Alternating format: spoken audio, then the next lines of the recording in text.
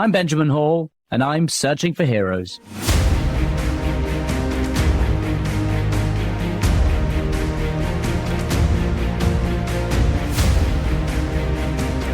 Ladies and gentlemen, thanks very much for joining the podcast again today. We have someone on who's incredibly special this week, and that's because he is one of the guys who saved my life. Not only that, he's a member of Save Our Allies. He was behind the team that found me in Ukraine. But more than that, he's one of the most incredible people. Many of you would have heard of him. He's Tim Kennedy. He's a UFC fighter, Green Beret. He's an entrepreneur, works with Save Our Allies. And he has built up an incredible following of people, basically built on his outlook on life. It's discipline, it's resilience. It's a relentless pursuit of excellence. And he is also someone who is more full of energy and optimism, with the biggest heart of anyone out there. And he is someone who day in, day out goes to help people in need, often seeing some of the worst things. Save Our Allies saved about 12,000 people out of Afghanistan. He was in North Carolina recently, the first guy to get to some of these houses right up in some of the worst hit areas. He is someone who just keeps giving back. And as I said earlier, he's someone who saved my life as well. So thank you for joining. And if there's anyone you can learn from, anyone who can motivate you, I think it's Tim. You look at everything that you've done. You're someone who is well known for helping others, for their discipline, for putting other people first, for serving your country no end, for going out of your ways to make places better and help people. And on paper, it just looks like the most incredible list of absolute achievements and accomplishments. And first question is, where do you get it from? Because not many people have that, and you do. But where? Why? Well, I don't think that's true. I think everybody has it. You have it. The majority of your colleagues have it. And there's just lots of different ways to express it. Whether it's doing investigative journalism, it's working as a firefighter or a law enforcement, if a first responder, obviously military. But even on the private sector, I see, from the plumber to the electrician, change of season is happening here in Texas, and the weather is changing. My heater was coming on, and I could smell, and I didn't know if it was the dust that was burning in the heater or if there was an electrical fire. And so I called literally just an electrician, but I was worried and scared. This is 6 p.m. at night. It's dinner time. I'm trying to cook for the family, but I smell fire. And, I get on the phone with an electrician, and he's sitting down to have dinner with his family. And he's like, "No, man, I'll be right over." I was like, "You're amazing." But that's the heart of a true human, a selfless human that is going to, do what they were gifted to do, regardless, to help others. And I think that's just a beautiful thing.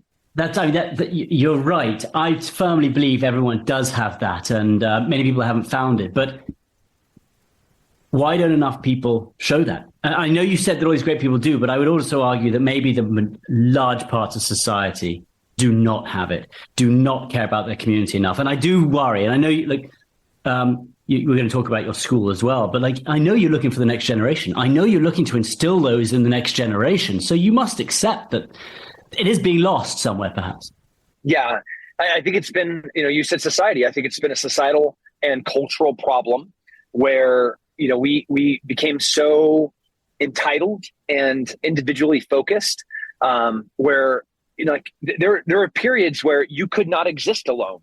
You would have one of your neighbors would grow crops that you weren't growing, but you would share crops. You would be, you'd have the cattle, and so you would have the milk. And then you'd be making butter and trading with the farmer that's growing the corn. And at some point, we're like, we don't need any of this because I can Uber eat my food directly to my door, and I don't have to have community. I don't have to have connection. And I think we saw during COVID how desperately we as a society and as a culture need other people. And over the course, maybe starting in the 60s, we just became so less connected to our neighbors.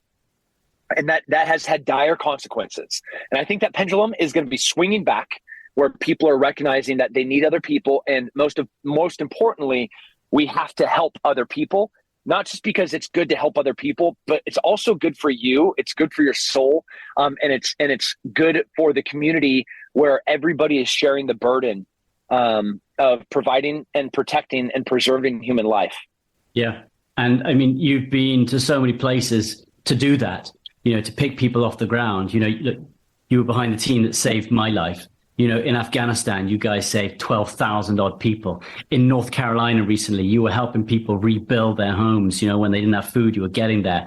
And I just wonder what that's like to see both extremes time and time again for someone. You are at one moment seeing the worst, and at the same time trying to make their lives better. I mean, is there a real tear there? Is that hard? And how do you cope with seeing the two? Yeah, I think it might be the greatest blessing ever in my life. I know how much you appreciate and value your family. And I think now that becomes, as a second order effect and a byproduct of what you experienced, and how close to death you were, how much more you value life now. And there's poems written about this, how you can't appreciate the beauty of life until you've seen really the dire, destitute existence that exists within the same life. And so when I say it's a blessing, when I'm in North Carolina, I get to see the most incredible selfless acts of people doing the most extraordinary things for their neighbors. I see the bravery and courage of the first responders. And that is in the stark contrast to, the selfish vultures that are looking for an opportunity to profit. And it's such a blessing because I get to see this contrast so clearly now. So then everything is so much more evident about who is good and who is evil, about what is love and what is selfish, what is beauty and, what is dire disaster. And so, yeah, it hurts my soul to knock on a door and not know if there's going to be a dead person that's starved to death behind it in North Carolina, or if they got washed away in the flood, or the door opens and it's somebody with a smile on their face, recognizing that the food and the provisions that we are bringing them are going to save their life. All day long, Ben, all day long, forever, until the day that I die, will I know that this is the greatest thing that one person can do for another, is to lay down their life for them. So I'm here for it. Hey, do you think that there is a battle going on between good and evil? You talked about the vultures out there, the people who want to just, go out there and use people and make money from them. Do you see that, or perhaps do you see yourself as part of this? If the good guys don't stand up, then the bad guys, they will eventually take over. I mean, do you ever see it in that sort of a sense? Yeah. For evil to conquer, it takes good men and women to do nothing. And, we have been around a bunch of extraordinary people, and I've been so blessed and fortunate to be surrounded around competent, capable, selfless heroes. And when you surround yourself with good people, you are who you surround yourself with. And I'm surrounded by incredible people. You are able to see things in really clear light. So I can see, even in these disaster areas, and I get really frustrated, and I'm not going to disparage anybody or I'm not going to call anybody out, but there are a bunch of different organizations that love disasters, not because it's an opportunity for them to do good, but it's an opportunity for them to profit. And I think it's despicable. It's disgusting. But then, let all praise be going to those that go there for the right reasons. And that's who I try to focus on and make sure that we're doing all the right things. Is there a big difference between people who, and I know, like you said, many people feel the way that you're expressing right now, but maybe not as many people are actually doing it. And I know the first responders, I know, the military, a lot of people are, but many people might think that way, but they're not actually doing it.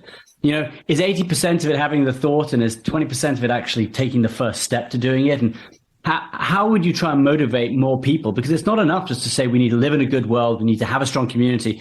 You've actually got to help it. You've actually got to be part of it. And maybe that's the problem, that not enough people are being proactive about it. Yeah, I mean, that's always the hardest step, right, Ben? It's to do the first little bit. It's to take that step of faith that you can make a difference. And people's ability to make a difference, I think oftentimes the expectation is like, I have to hop on a helicopter and go rescue somebody. That's not for everybody. Like hopping into floodwaters or hopping into an overland vehicle to do a resupply mission or a check of welfare mission post hurricane. That is not for everybody. Going into combat and going into conflict areas post disaster, post coup, during an evacuation, that is not for everybody. But there is something for everybody. And if you just do something, it's so much better than nothing. And every little bit helps. Whether that's a donation, that's like going to do a fundraiser, that's going and hand sewing, new reusable baby diapers. There's just so many ways to help. I just don't understand why you don't. And because once you do it for the first time and you feel that satisfaction of making a difference, you can't ever stop, because it is the most satisfying feeling to know that you helped somebody for no other reason besides to help them. Yeah. And you certainly don't stop. I mean, you seem to never stop doing it. And I wonder where, if that is something that, where your energy specifically, like where that nonstop physical energy comes from. And I suppose we'll talk also about, all of the fighting you've done and the nonstop, workouts you're doing and everything you're posting all the time. Where does that come from? And is that something that maybe is missing a little bit as well? But I think idle hands are the devil's tools. So like, I don't want to live a pointless life. We have such finite time here, 80 years, right? 80, 90 years. If you're taking care of yourself. And, if I'm living meal to meal, buying all this crap I don't need and eating stuff that my body doesn't require, to go to bed the next night so I could have a little bit more of stuff that I don't need for the next day. What are you doing with your life here? Completely inversely, where you are living a purpose-filled life, where you have been called, and I think all of us have been in different forms or fashion, to make a difference. And then when you live this purpose-filled life, there is so much joy. And you have the same joy that I have. We get it all the time. Like, how are you the way that you are with the things that you have done and the things that you have seen? And I am truly filled with absolute compassion, grace, and joy because of the things that I get to do and because of the things that I get to see. And I'm filled with, satisfaction because of what I do. Is it fair to say the adage of that you had to learn that? Because you've talked before about from the ages of from 15 to 25, you were pretty badly behaved. You've spoken openly about it, and so. And I mean, you also talked about your swim that you took late at night. I don't know if you can talk about that, but also about what it was, what changed you at that moment? What was it that let you found? Because I know a lot of people listening will be saying, I wish I could find that drive. I wish I could turn it on in me. I want to do it, but how do I turn the switch? How do I do a U-turn here? So what about you? Oh yeah, you are right there. I have never had all the right answers. I have failed more times than I can count. I definitely didn't know what I was supposed to be doing. And on the purpose-filled life portion, like the most destructive periods of my life is when I was a young man without purpose. I argue that there's nothing more dangerous than a young person that doesn't know what they're supposed to do. But inversely, there's nothing more beautiful than a person once they have found their purpose and then they can pour themselves into it. If you go back to me in my early 20s, I have a couple of different women pregnant. I think I might have AIDS. I'm working as a .com. I'm going to graduate school. Like, it's me. I'm exclusively focused on myself, and I'm being so destructive with every single opportunity that I've been given that ultimately I end up in the Pacific Ocean completely naked, swimming due west into the fog. And that is a broken man without purpose. Thank God, the recklessness that I had in that moment didn't ultimately cost my life, which it could have. I get plucked out of the ocean by the Coast Guard, and this was a baptism. This was the beginning of a rebirth of, man, I got to do something more important. I have to have purpose. But I still didn't get it together. It took another 6-7 years of multiple mistakes, and sitting there and watching 9/11 happen, still not being a man of purpose, before I started realizing, man, I might be able to do some good if I put all of my energies into other people. More of our conversation right after this. Was it the military that gave you your discipline, that really set you on that path? Is that where you really learn how to do it and how to focus it? For sure. Yeah. Discipline and consistency are like the two key words. We are very like, we'll watch a podcast or read a book and we're like so motivated to go do a thing, right? Listen to you speak. You're like, yeah, I can do this. And that goes away. That moment of elation and that motivation and that morale boost, those things that's just a finite, short-lived high, where discipline and consistency are truly the game changers about how you can start making a difference over time. It's being disciplined consistently over time. And then the sky's the limit, And then I know there was a section where you were both still serving. You were Green Beret, and you started fighting. And I've heard you talk about the overlap. And there was this really one moment where you were top of the ticket. It was being aired on Fox. And it was the moment that I think the Army realized that you were doing both. You were fighting on your days off and you were still serving, doing both really well. But that was a point at which you had to make a decision to get out. Yeah, I would have loved to done both full time, but it wasn't. Special forces. The motto of special forces are the quiet professionals. It's one of the things that we try to do. And how do you do that when you're fighting a main event on a UFC card or a Strike Force card? Now 20 years in the military, as a professional fighter for 17 years, I wish we would have been able to find a way to make them both happen. But ultimately I had to do one full-time, one part-time, then one part-time, one full-time. And I bounced back and forth between these two worlds that I loved, both fighting and special operations. There must be a point at which, numerous points, I'm sure, when you're working out or when you're fighting, when you served, where you must have thought, I don't want this is a lot. Like, I don't want to do this. So how do I lift another weight? Do you ever hit those moments where you got to find this other level and you've got to figure out how to do it? And what do you tell yourself to keep going when you're thinking this is the hardest thing I've done? I don't know if I can keep going. Do you have those moments? Not really. I have embraced the idea, and my next book is literally written on this idea that there is a powerful, significant purpose of pain. The title of my next book, Purpose of Pain.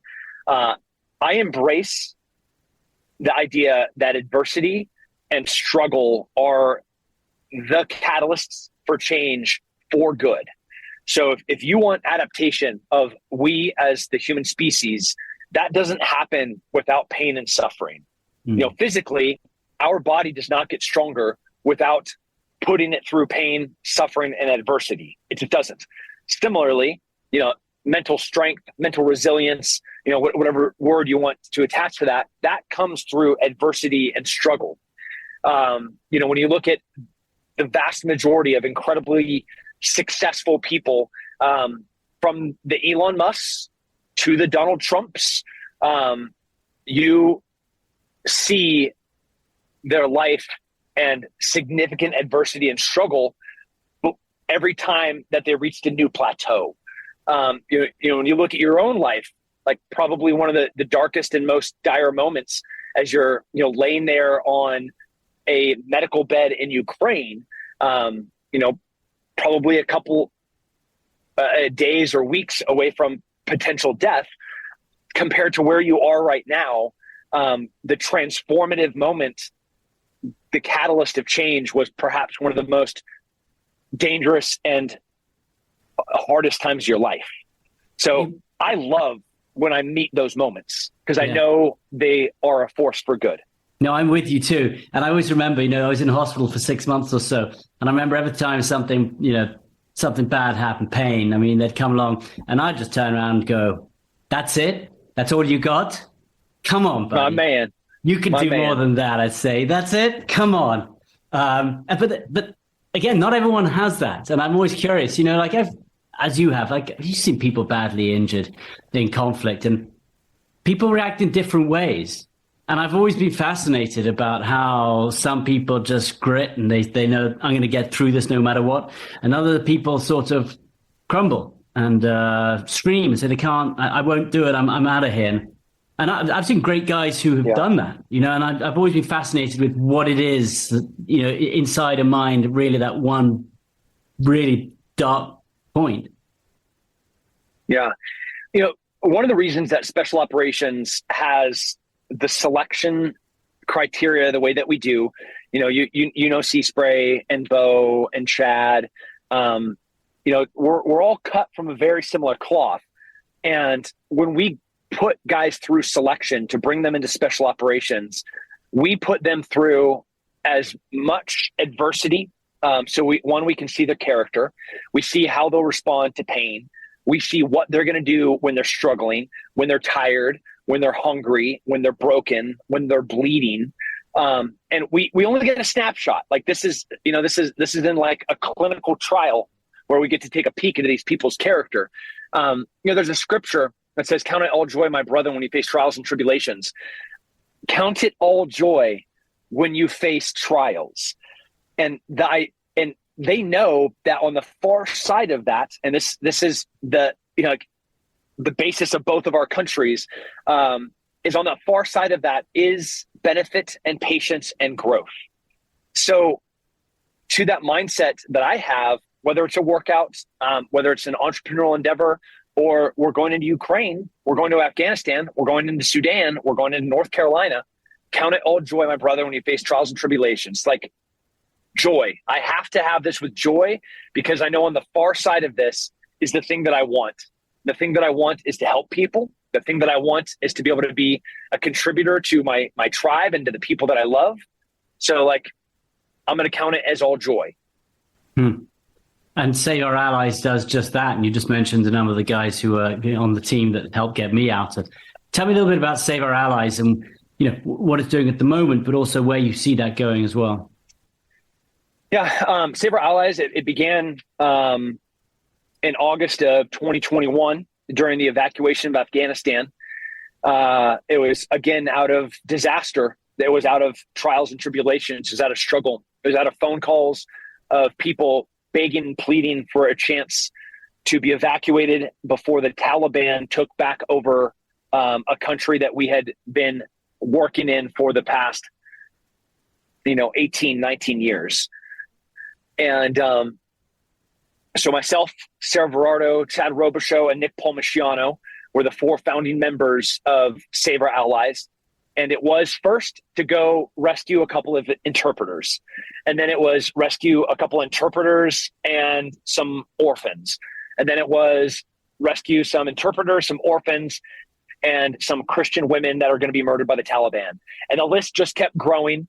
And then as we started finding success and we found a way into the country and we got some partnerships with some airlines and some aircraft and permissions from neighboring countries to move people out, a capability became a reality. And then everybody started pushing their evacuees to us. And that's the beginning. That was the genesis of what is now it's a 501c3 nonprofit whose mission is to go into conflict areas and disaster areas to evacuate and rescue Americans and their allies, and to provide humanitarian aid and resources to preserve life. Since August of 2021, we've been in 6, 8 conflict areas, and to include most recently, which is in Western North Carolina, in response to Hurricane Helene and just the absolute biblical level disaster that's there. Are you looking, I mean, would you like to expand it? Are you looking for more people to join it? Like, how could people help if they wanted to help? Yeah, on the operational side, because of the places that we go, you kind of have to come from the special operations community. There are a few exceptions. You know, we have a bunch of great pilots that we work with, but the vast majority of the ground operatives to do, you know, this kind of bespoke, austere rescue operations, you know, you're going to be coming from the special operations community. North Carolina is a great example. Like that's a disaster crisis area where, you know, we had logistics people that were truck drivers that could help set up warehouses and storage facilities. We had people just managing volunteers. We're not going to be going anywhere. We're going to be continuing to work in North Carolina, but we're also now becoming better positioned to respond quicker to areas of crisis and conflict areas. You know, let's just say the next coup or invasion happens. How fast can we get there to rescue Americans? You know, are we the bat symbol that's flying up in the air to go to save an American? We want to make sure that we're positioned to be able to do that.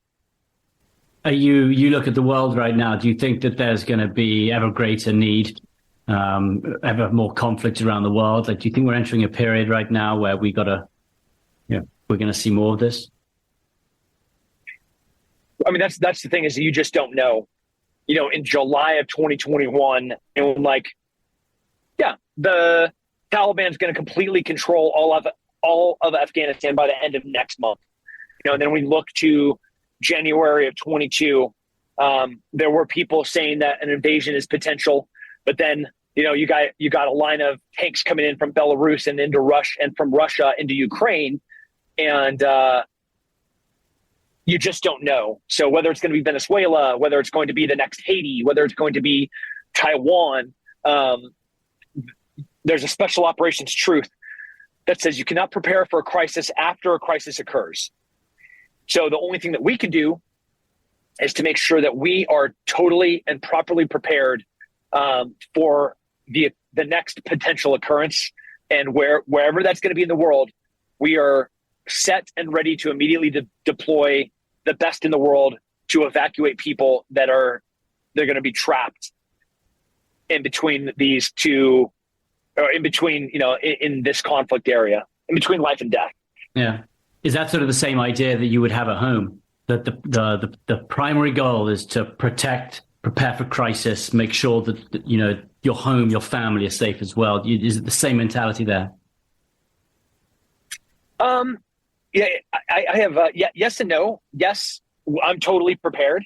But my mission at home is to have, you know, an environment that is full of love and joy, that is conducive for each of my kids to grow into the humans that they want to be, with their own goals and their own aspirations and all of their own resources to be successful in those dreams.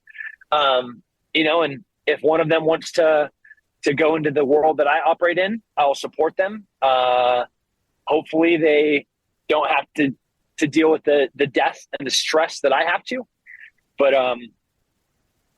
you know, it would be a conducive environment full of love is my mission at home. Yeah.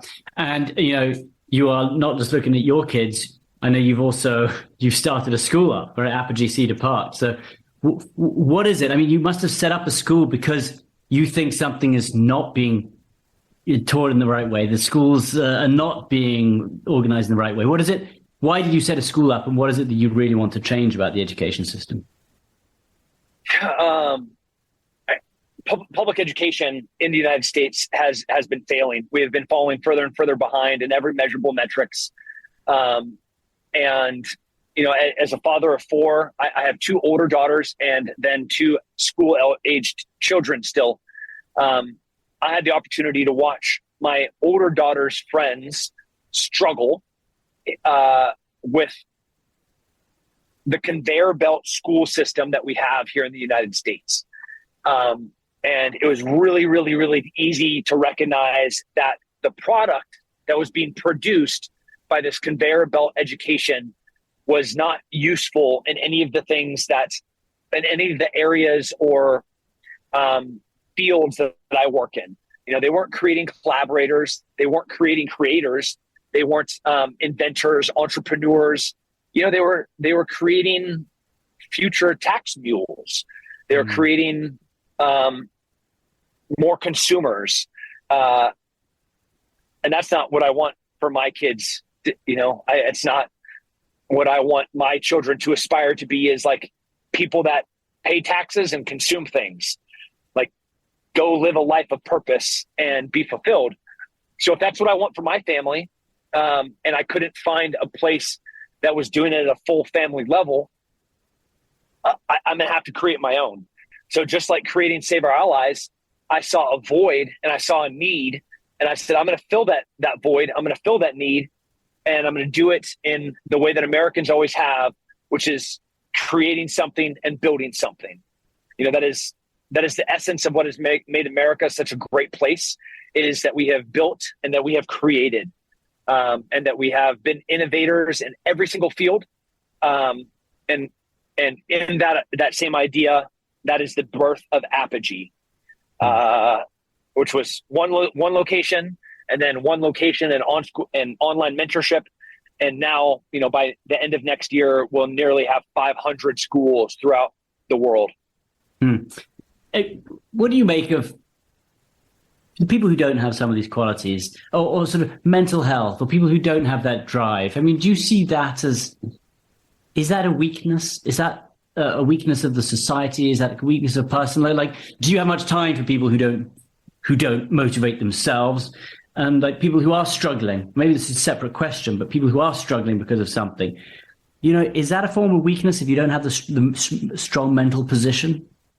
Oh, yeah. A strong mental position is the same as not having a strong body, which is a byproduct of not having discipline with consistency.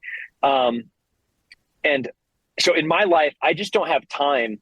As I have to, as I'm being super rude, sitting here doing a podcast while I'm driving to another event in between two other events, it's because I just don't have time in my life for people that don't have that purpose and that drive. I perpetuate and live by the examples, and I try to set an example of what it looks like to live a life of purpose and discipline. But I just don't have time in my life for idiots. So I live a life that does not permit people like that to be in my life. If you're here to carry a load, if you be an athlete and throw the world on your shoulders and carry as much as you can, man, I got room for you in my circle. If you're trying to get your social media growing, and you're trying to like launch your new product, and you're trying to like build your brand, which is full of selfishness, I got other stuff to do. Yeah, I couldn't agree with you more. What about PTSD? I mean, that's the second part of the question. That is something some people go through, something that's really difficult. Like, I was really lucky that I never really suffered it. You bounce back and you keep moving forward, but I know some great people who do. How do you train out of that? How do you get your mind to train, to prepare for that? If you took a step back and we painted a picture of all of the similarities of things that we have in our life, we have a great relationship with our family, both our immediate family and our extended family. We are well educated. We are good communicators. We have a perspective of consistent joy. We have purpose-filled life. Every single one of those are coping mechanisms for external stress. And we could continue drawing out this list, and you would see, even though you and I are very different people that have had very different occupations, you would see a lot of really alarming similarities. And because of that, we were able to deal and are able to deal with extraordinary amount of stress, extraordinary amounts of trauma. And I'm very healthy. I sleep. I eat well. I don't drink. I don't smoke. I don't do drugs. I have a great relationship with my wife. I have a great relationship with my children. I have a great relationship with my parents. I'm highly educated. I am a very motivated and disciplined person. Like, these are all characteristics and attributes that deal with trauma and stress, post-traumatic stress, that help and enable you to deal with it better. When you look at people that struggle with PTSD, they are missing, it might be one of those, it might be two of those, it might be 10 of them, it might be 100 of them, or they have them, but then they get lazy and they aren't consistently disciplined. Then they pull a cork and they start drinking. And because they pulled a cork and started drinking, they didn't eat well. Because they didn't eat well and they started drinking, they didn't sleep well. Because they didn't sleep well, they didn't eat well, then they're not exercising the next day. And then, like, in the slippery slope of ultimately ends in them dealing with some serious post-traumatic stress and depression, are a byproduct of millions of little decisions. And then when you're down there at the bottom and you're looking up, you're like, how do I get out of here? I can't even wash my body, let alone get up and exercise. And it seems so intimidating when you're down at the bottom. So one, preventatively, it's best to try and be consistent and disciplined as you can in all the little things. But then know that when you're down at the bottom, all it takes is for you to start doing one or two things slightly better for you to start clawing your way out of the place that you're in. And there's nothing better than finding your way out of a hole. I mean, that's the reward. That's what we all work for. It's the best thing. We'll be back in a moment with Searching for Heroes. What do you say about Thanksgiving? Like, what is it a moment for you? Being thankful. When I pray with my kids every single night, it is for them, from a little 5-year-old, and out of the mouth of babes, they're listing all of the things that they're so thankful for. Sometimes it's their pets, the cat, it's their teddy bear, it's the bed, it's grandma and grandpa.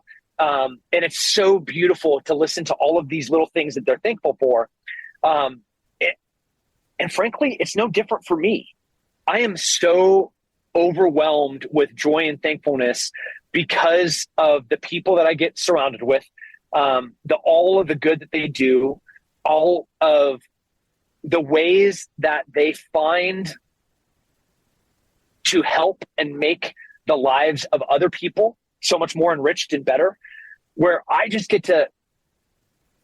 I'm dumbfounded every single day that this is my life, that I get to wear the uniform of the U.S. military, that I get to have the opportunity to help other people, that I get to be married to the woman that I'm with, that I get to be the father of the children that I'm the parent to, that I get to work with the level, the men and women that I get to work with. Think about how lucky I am to be surrounded by those people. I don't deserve to be there. So all I can be is thankful, and then try to contribute as best as I can to each of them in any way that I possibly can. Yeah. I feel that every day myself. You just look around and you look at every little thing that's going on. You look at the people you're with and you just think how lucky you are. And what a waste if you are going to throw that away or not take every second and grab every opportunity and help others. It just feels like you're not doing the right thing. You're not here for the right purpose. Finishing up, Tim, what would you leave our listeners with? They listen to the podcast because, they're amazed at people who can find the dedication, who can find the resolve, who can find the strength to do amazing things. How should they find it in themselves if they don't have it, or what should their outlook be? Yeah, it's a great question. You can start anywhere, and wherever you start, and that doesn't matter. You cannot compare yourself, and I don't compare myself to the Jocko Willinks or the David Goggins when it comes to, fitness and discipline. My starting point was different than everyone else's, but you can start anywhere, and any little bit that you do consistently over time has such a powerful and compelling positive change on your life. If you are overweight and you look at somebody with a 6-pack and they have the perfect diet and they go to the gym 5 times a day, man, just get up and go for a walk in this beautiful world that we live in. As I'm driving through the Texas Hill Country, and I have hawks sitting on top of telephone poles. I want to pull my car over and just go for a walk. And the joy that I'd like to listen to the birds and listen to the crickets and like see a little tiny snake try to scurry across the road without getting run over. That starting point and that little bit that you would do would make your life so much better. And then tomorrow, maybe you get to walk a little bit further and you get to eat a little bit cleaner. So just on the health and fitness side, a little bit goes a long ways when you do it consistently. And then helping others, when you do something for someone else for no other reason besides it's the right thing to do, it will improve your life so significantly and substantially. And for you to have the opportunity to help somebody means that you're doing something great for them and for you, for your soul, and for your capability of making this world a better place. So start anywhere and start doing anything and start right now. You're the man, Tim. Hey, thanks so much for joining me. And if everyone, to everyone, just try it. Just take that first step, and boy, do one step lead to a second step. That's it. Just keep moving. It's Love great. you, man. Hey, take care, brother. I hope to see you soon. Sir. Now, I've got to say, I always enjoy speaking to Tim, mainly because the first thing I want to do is I want to get up, I want to walk out the door, and I want to go do something amazing. I want to go help someone. I want to go build something. And as he said at the end there, it just reminds you to look around constantly, as I do quite often, and just appreciate all the great things we have. He talks about the selfishness of society, and it's hard to see where that comes from when you just imagine how lucky we all are. So listen to his words. He means them from the bottom of his heart. And I think if more people were like Tim, then we would build a better community, a stronger community. So look, hey, thanks everyone for listening today. And, go out and make this day the best day you've had. Go and build a bridge if it's been broken. Go and try something new today. Make a phone call that you've been planning on making. Don't be afraid to do it, because almost every single time something good comes of it. In fact, every single time something good comes from it. Because again, as Tim was saying, it's often sometimes when you go through the bad moments, when you see the bad moments, when you experience the bad moments, that you find another level of strength, that you realize how lucky we are. I'm very lucky to have experienced that myself. And it is absolutely true. Sometimes we take it for granted, what we've got. And you just got to get your focus back on it. Anyway, thank you so much for joining us, everyone. We really appreciate it. And we'll speak to you next week. Thanks for listening to Searching for Heroes. Listen ad-free with a Fox News Podcasts Plus subscription on Apple Podcasts. And Amazon Prime members can listen to this show ad-free on the Amazon Music app.